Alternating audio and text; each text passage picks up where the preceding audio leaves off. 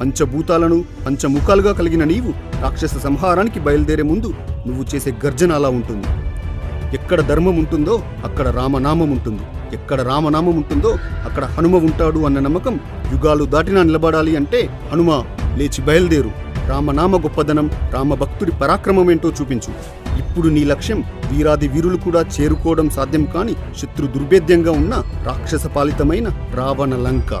ఆకలితో ఉన్న సింహం జూలు విదిల్చుకొని వేటకు బయలుదేరినట్టుగా వరగర్వంతో ఉన్న అధర్మపరులైన రాక్షసులను సంహరించి రావణ లంకను మట్టుపెట్టడానికి హనుమ బయలుదేరు.